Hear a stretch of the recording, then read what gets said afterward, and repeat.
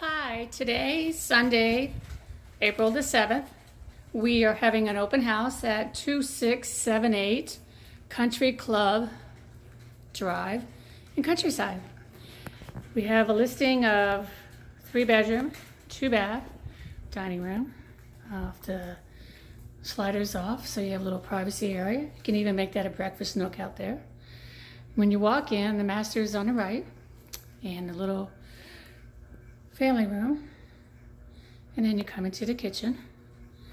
On this side off the kitchen is the laundry room and the garage, and then the kitchen can be expanded off this wall over there, but for today's showing it is a galley kitchen with a window directly to the grill area off the lanai. Family room. And this side of the house is 2 bedrooms with hardwood floors, full bathroom, and another bedroom. Off the family room, there's a nice yard out back, brand new windows, and they've got quite a lot of room on the lanai, which is good.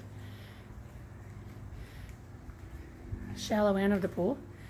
Nice walking area, good for kids.